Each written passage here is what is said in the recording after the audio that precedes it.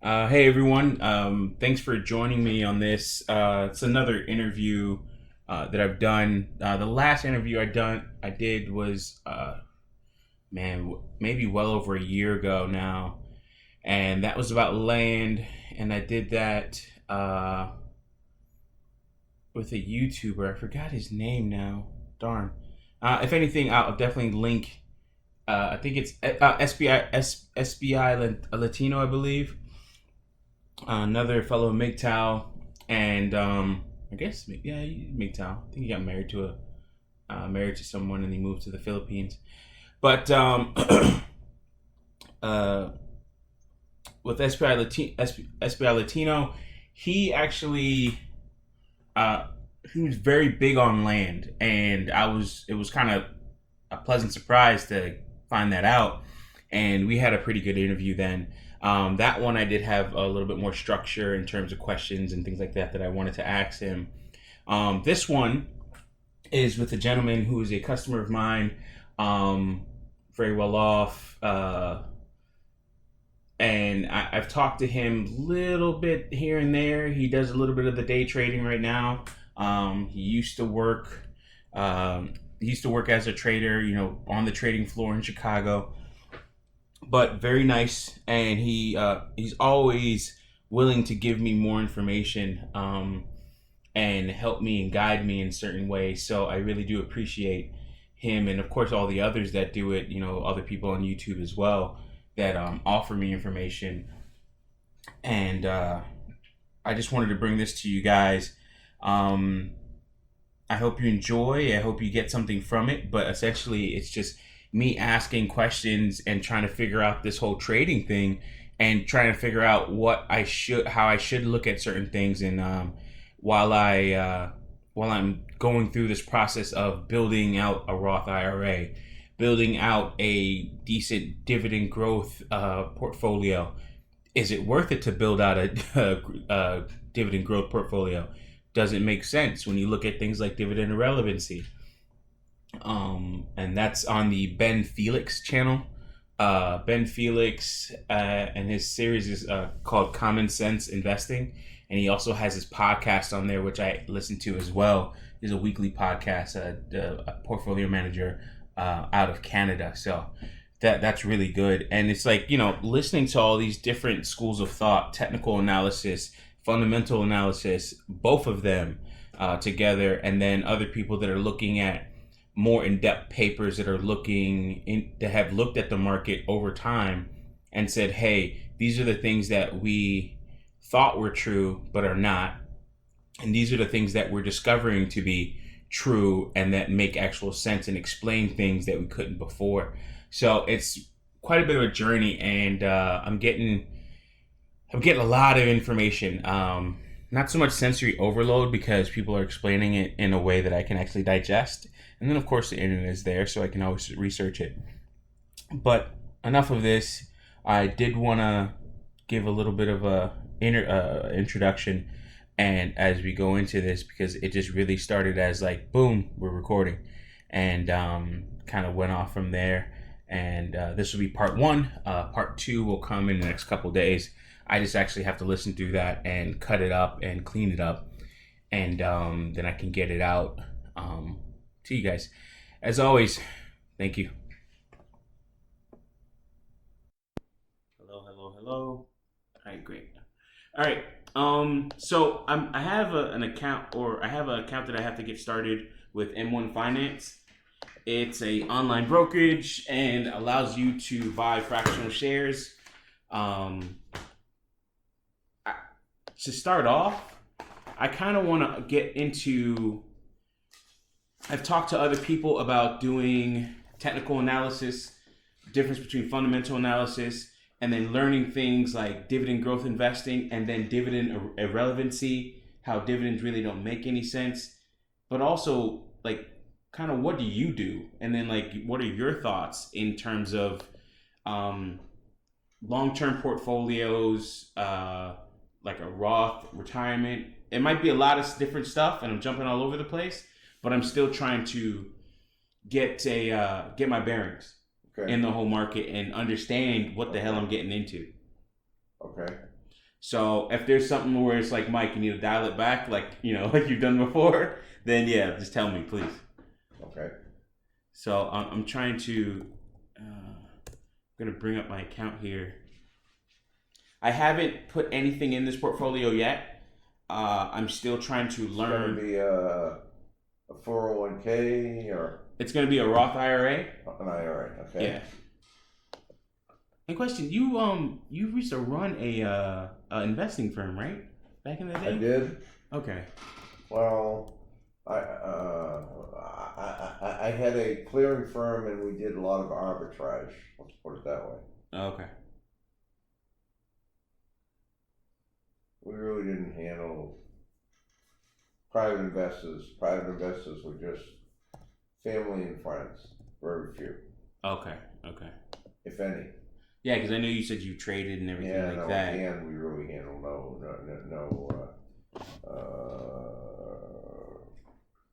public investors. Okay. Now, where do you think we should start? Like looking at my portfolio or talking about some of like? Well, I think that there's definitely a thought out there. First of all, how old you are certainly makes a difference. Exactly. Right. Okay, so how old are you? 34. 34. Okay, so the main reason that makes a difference is because of what your income stream is going to be. True. And, if you were 74, the percentages would be very different because at 74 you don't have much of an income stream because you're older, you're probably not working. Right. Now you're working and you have an income stream, so you can probably have a little more dollars in growth versus safety, like bonds and things like that. You can have more dollars in growth, and you don't need the dividends as much because you're not going to be living off the dividends. Right. The issue becomes when you get into a market and the market is fairly high, like it is at this point, or it's going to be at many points during your life. So the dividends kind of act as a cushion, so to speak, because when stocks go down, if the stock pays a dividend, it's going to act more like a bond. Okay, because it pays back almost like buy interest. Stock for interest. Okay, right. And today we're in a very, very small interest rate, so that you would definitely have more safety on the way down in a stock that pays a high dividend, because people now have not only the reason to buy it because they feel the company is going to do well, but also just for a dividend play. And that has to do with the looming, or actually the current inverted yield curve that we're going through right now. I don't know that it's inverted, but is it getting close? Okay. And it's been close. And that has to deal with, say, okay, I thank you for the correction on that. But then you're looking at, say, your dividend-based stocks. And I'm just trying to understand this. The dividend-based stocks, are they starting to pay more than the bond? And that's what we're looking at? And that's because they're lower interest rates. There are a lot of dividend stocks that pay substantially more than bonds. As a general rule, the more a dividend stock pays, the more risky it is. In other words, the more risky it is that maybe it won't do well, the more risky it is that maybe they'll reduce the dividend to discontinue the dividend. Yeah, because essentially that's almost, quote unquote, robbing the company of possible cash flows, or cash flows that they're not using to improve the business. Yeah, I mean, the main difference between a growth stock and a dividend stock is the high-tech stocks would have a tendency not to pay a big dividend because they want to continue to grow and they're investing dollars back into growth. Right, and it also could be volatile too, because with tech, it's all over the place. Anybody can come and eat your lunch. That's correct. Well, when a stock is doesn't pay a dividend and it's a high tech stock and people expect a lot of growth, the smallest thing can definitely make it very volatile, Yeah. like a Tesla. Oh yeah, yeah. And then I was even listening on the way over here what happened with Facebook and how they got they were Zuckerberg was in front of Congress and people were afraid. Correct. But then a lot of people sold off. But then it probably would have been a good time to buy, of course, or it was a good time to buy. History shows, and then it rose after that. Like it bounced back. Correct. And it's hindsight is always 100%. I Yeah. mean, if the government Hindsight or has the best whoever glasses. will all of a sudden get very, very tough with any firm, with Facebook, then their stock is going to have a tendency to go down. I mean, it happened to work out okay for them, but every situation is different. Mm-hmm. And that's really the bottom line. So nothing stays the same on Wall Street usually. Mm-hmm. Now, something that would stay closer, one thing that would stay closer to each other is where the dividend stock would always act more like a kid cushion a hole. Okay. So, looking at Facebook here, it's probably what you were talking about when I got down around 200, and I got down there in January. If you see the chart here, Right. 201.06 I think was a low. And that's this year. I forgot when that whole judgment was going, or when they were going through that whole thing with the Congress. That was mid last year or so. I'm not sure exactly. Yeah, I could be totally wrong too. But I mean, Facebook is a very typical growth stock, and it's definitely up. The high I think the all-time high looks like to be about 224.20, something like that. Mm-hmm. So the stock has kind of settled down and it's trading at around 215, but that's very close to its high. That's all-time high, right? It's all-time high, yeah. So it's within 0.5%, let's say, of its all-time high. So, right. So now, would you be looking at this stock and saying, all right, it's close to its all-time high? Are you waiting for it to trade sideways? Are you waiting for it to fall and settle? Or are you like, nah, this is not me? These are always very vague, judgmental situations. Right. I mean, if you happen to be fond of Facebook and their management, and that has a lot to do with the growth. Yeah.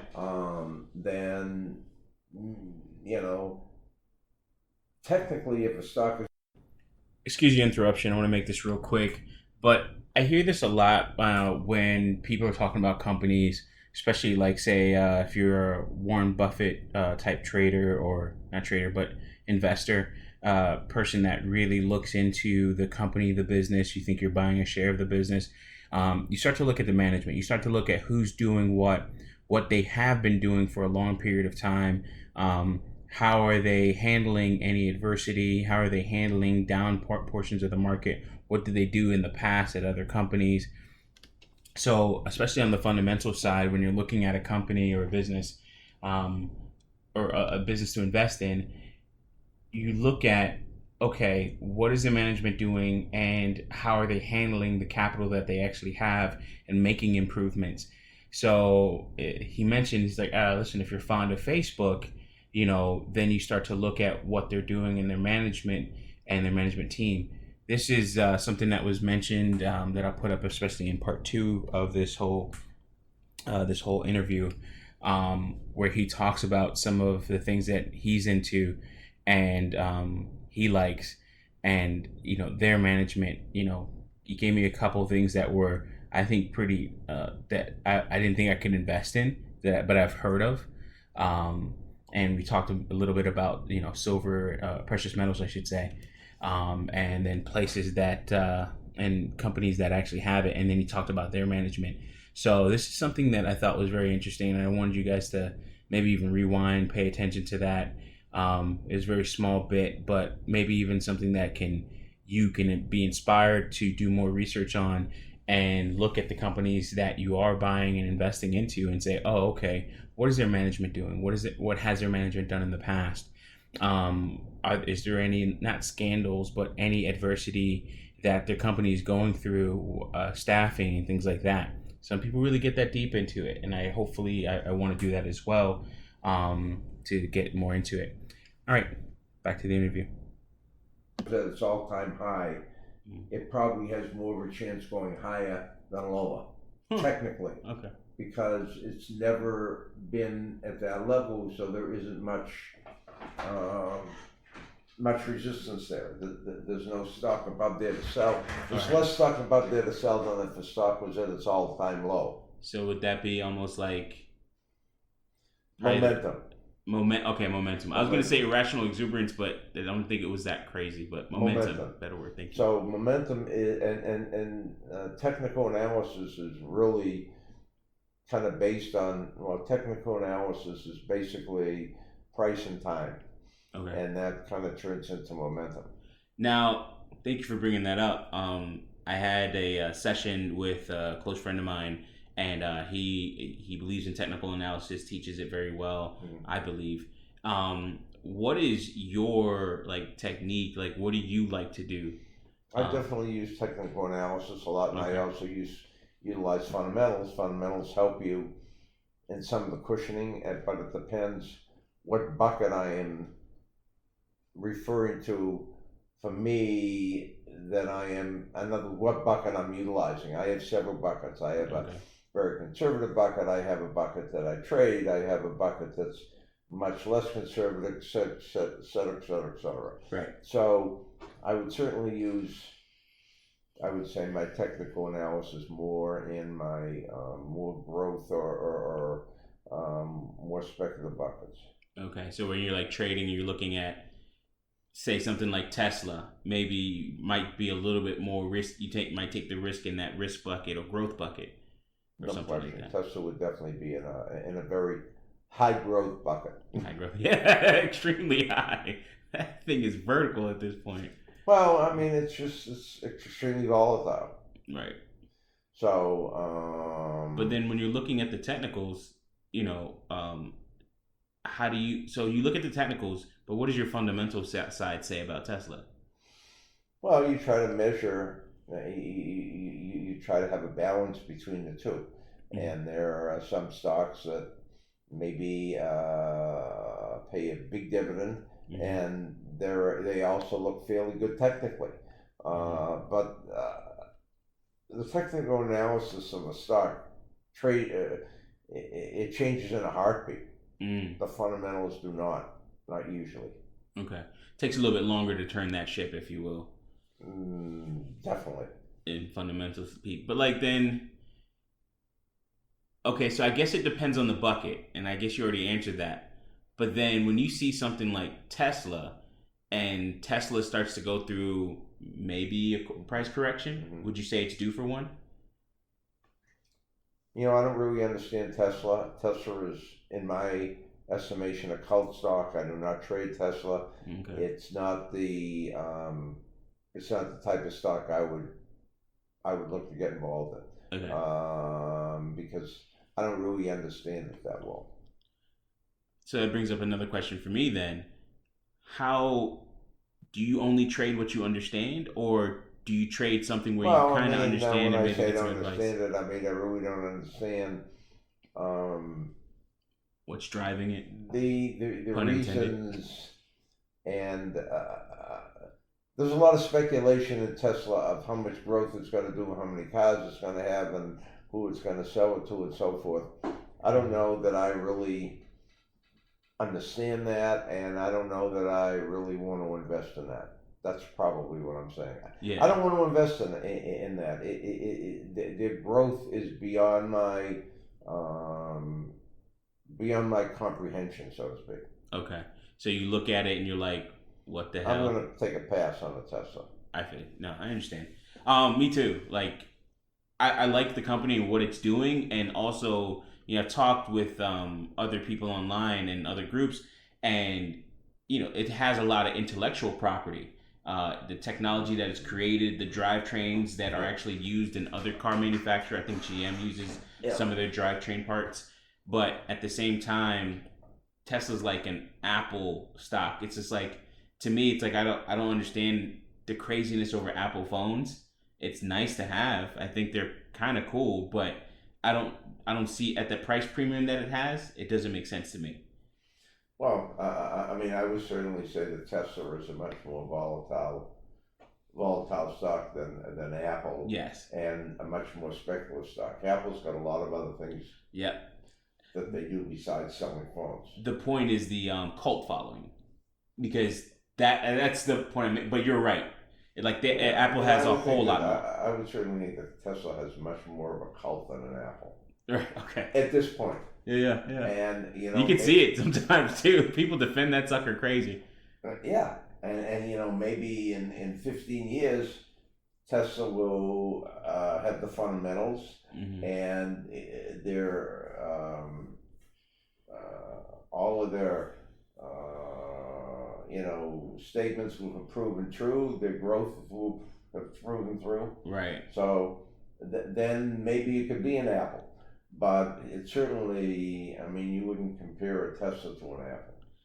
Now, okay, yes, okay. Thank you for the correction on that. So then when you look at somebody like, sorry, not somebody, but when you look at a company like Tesla, and with your age and experience in all of this, I'm sure you've seen companies like them. When do you are you closely watching Tesla for when it does correct and maybe get into it later? No. No, not I mean, Tesla is something that for me, I don't really understand it, and I don't want to become a member of the cult. Okay. Now, Apple, if you would have bought Apple, I don't know, 20 years ago, it was maybe in the Tesla, area where everything was very speculative. But that came to fruition. Right. I'm not so sure that Tesla's situation is going to come to fruition. Makes sense. Yeah, and that's kind of what I was. Thank you for picking up on that. What was your Tesla back in the day? In a sense, back Exactly. in, when you're trading. Yeah, whether it's Tesla or Microsoft or I mean, there's many. Right. So I guess it's in a sense thinking about how you started. What made you take the path of? So if you were to split your strategy, would you be more technical or more fundamental? Like what percentage wise? I think a little of both, and we can certainly talk about the percentages, but I think I'm very interested in technical analysis and very interested in fundamental analysis, and you can have both. I mean, there are a lot of stocks fundamentally, which would mean that they have a reasonable price earnings ratio. You know what a price earnings ratio is? Explain it. Yeah, okay. I haven't totally delved into it, so yeah. Okay. So price earnings ratio is basically the price of a stock divided by the earnings. Yeah, so that's your PE ratio. That's the usual term. So that would be a multiple or PE ratio. I mean, if you looked at a Tesla PE ratio, I don't even know.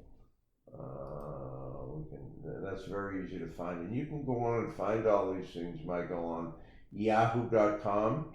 Yeah, I have their app, the Yahoo Finance app. Okay, so I got that from you, so I use that a lot. Yeah, especially in the charts. So Yahoo, if you put Tesla up here. Oh, you gotta type in the thing. Yeah, you just have to type it in, but it's not typing. Well, I don't know. What do we do here? Yeah, type in the thing there. There you go. Hit the wrong button. Okay, so, oof, 800. So right now, Tesla does not earn any money, so to speak. Right. Okay. I mean, it might earn in a specific quarter or whatever, but it's certainly not earning any money. And so they have a minus price earnings ratio. Right. About minus 4.92. You know, so there's no way to really quantify that except to be able to understand the cult and be very, very certain about their growth. Right. Now, you could take a Microsoft, which is certainly a high growth company, and they're going to have a PE ratio. Yeah, they have a 32.29. Yeah, 32. Yeah. 32.29. Now, if you took a look at let's say a food stock or something boring, or a utility stock, let's say American Telephone, so, it's going to be much less because people don't expect the growth. The telephone's got a price earnings ratio of 20. Right. Yeah, and then like the dividend charts on that are pretty nice, especially like I've looked at it on Seeking Alpha, and you see the growth in the dividend side of it too. So it's somewhat of a, I mean, that would be telephone would be a very conservative stock. Microsoft would be maybe the kind of stock that I would be interested in, and they have a 32 multiple, and they pay 1.1% dividend, which is not fabulous, but for a growth stock like they are, it's not that bad. Although if you're looking for maybe more of a dividend, you go to an Intel, which an Intel is paying 1.9.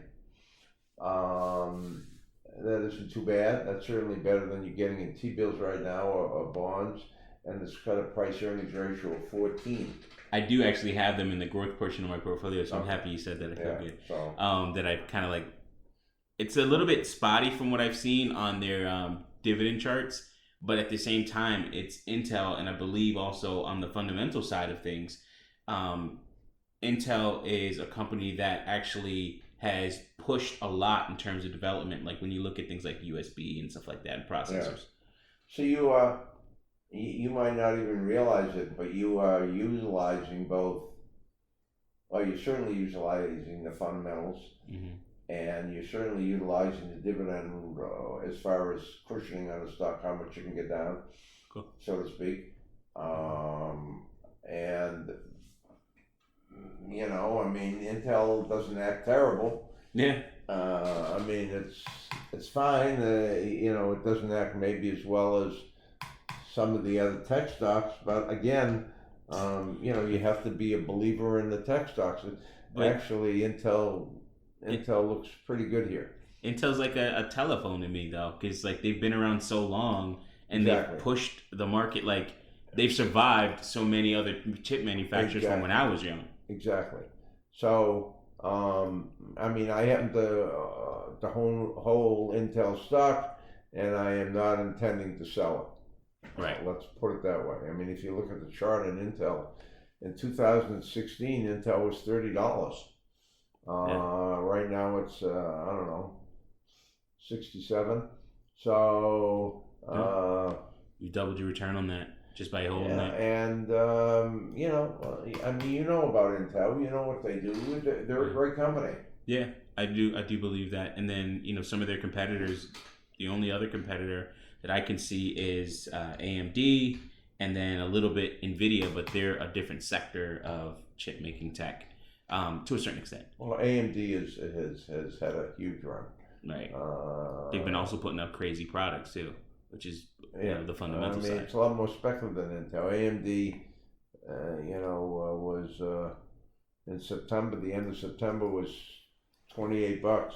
It's 55. I mean, it's had a huge run. Wow, and that's just recent, huh? That's very recent. Whoa, yeah. So I'm looking at it on Yahoo Finance, and it's like September 19, $28. Yeah. And then now it's $55.31. Right. Okay, cool. So, and that's definitely a growth stock. So then, everything. Okay? Well, I don't know if that would certainly, Intel would certainly be in between you could call it a growth stock, okay? I've been looking at Cisco as well. Yeah. Just put Cisco up. Mm-hmm.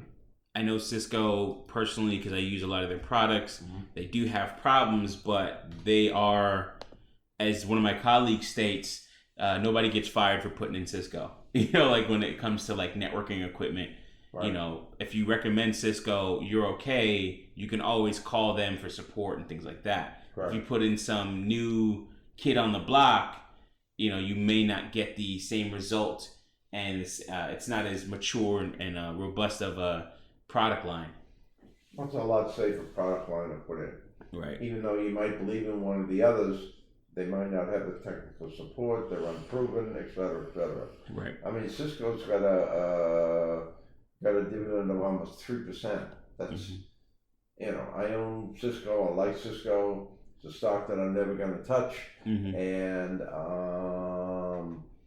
it's got a price earnings ratio of about 18.3, and it certainly doesn't grow like the others, but as you say, they've had some problems, but I think they're pretty sharp in their field. Sadly, they're not doing so well right now in terms of the stock, but at the same time, that's not sad because it'd probably be a good time to buy it. So I guess. I mean, it's the other stocks have gone up more. I mean, Cisco got up to like 54 about, and now it's down to about 50. But if you look at Cisco and you go back here and you look at it in 2018, I mean, the stock was around $30. So hasn't done too badly. Okay. Now, what are your thoughts on, I guess in a sense to switch gears from picking your individual stocks? Like, what are your thoughts on ETFs or ETFs of indexes? S&P 500? I don't like ETFs or indexes. I think ETFs or indexes would be pretty good for a person like you because it would give you the diversification. There's basically no cost involved. The cost involved is basically buying them. Right. And the name of the game is to be well diversified. And if you don't have a huge portfolio, so to speak, it's very difficult to get well diversified. And ETFs are very well diversified. I mean, that's really the point of them. Yeah. All right. So that was the end of part 1 of this talk. Not really an interview, even though it sounded like it. Really, I was just coming up with those questions off the top of my head. Didn't write anything down. I didn't know exactly how it would go. The gentleman at some point just didn't really want to be recorded going into the next part. I was able to start the recording again on my cell phone, so I'll put that up as part 2. But very gracious host. He's actually somebody who's a customer of mine, and he always talks to me about business and really kind of takes me under his wing, even though it's like I don't really ask for it. He just sees that. Actually, I do in some cases. He just sees that when I ask questions and how I listen, I guess, and he respects the business that I do and everything like that. So I really do appreciate him as a person for doing that. He does not have to, whatsoever, and he does. So definitely, I hope you guys enjoyed. Whoever's listening, hope you guys got something from it. There's so many other questions that I have for the gentleman after listening to this. And I really want to get a chance to ask those questions and hopefully get to record them, which would be great. But give me a little time. I got to listen to the other one, the other portion of it, because it still went on for probably about an hour after this. So an hour after this, and then we were able to continue our conversation and everything like that and go from there. But hey, as always, I appreciate you guys, and thanks for listening. Peace.